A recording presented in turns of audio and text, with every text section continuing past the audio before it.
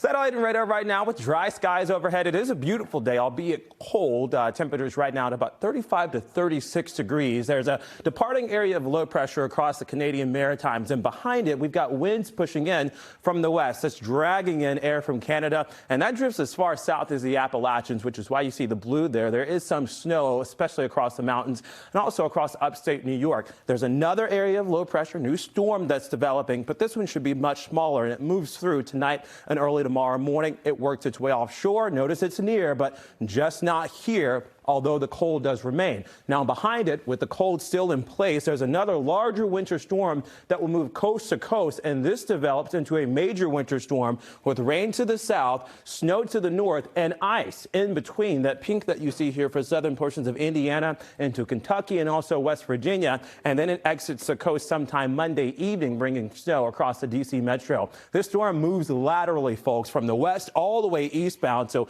Kansas City, St. Louis, Louisville, Kentucky, perhaps Nashville getting some snow across portions of the Carolinas and into D.C. If you are traveling early next week, maybe you've been in Boston for the holidays and you're going back down south, know that this will cause a lot of disruptions this weekend. Nothing disrupting us here today other than the gusty winds that we've got still at about 20 miles an hour for the next several hours. And then by the evening time today, as temperatures are dropping down into the upper 20s and low 30s, our winds are subsiding as well, down to about 9 to 10 miles an hour. Although this weekend we will still see more spots of snow, just very faint snow showers across Stowe, Vermont, Mount Snow and Pat's Peak there in Henniker, New Hampshire. And the temperatures too are also conducive for snowmaking to go on. So if you're trying to get in one or two more runs into the weekend, just know you'll need to pack the coats and dress in several different layers as cold air remains through much of next week as well. Our wake-up temperatures for Saturday, Sunday, and Monday morning are in the mid-20s and down into the lower 20s next Monday and Tuesday. And the air temperature in pink here, this is the temperature you should dress for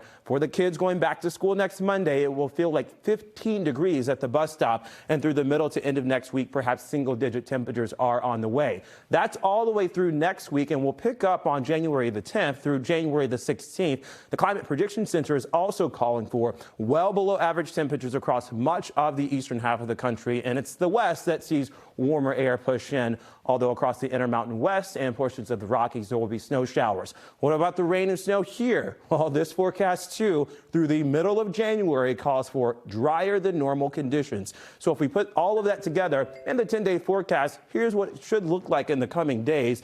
Blustery days are ahead today and tomorrow with dry skies and sunshine. Colder air continues to tighten its grip into early next week. Highs next Monday, next Tuesday, next Wednesday. At best, the hottest temperature on this map next week is about 34 degrees. The lowest is at about 18, and that's in Boston. So our feels like temperatures throughout central Massachusetts and Metro West will be down into the single digits, if not below zero, through the middle to end of next week. But at the very least, throughout this entire stretch, we are dry.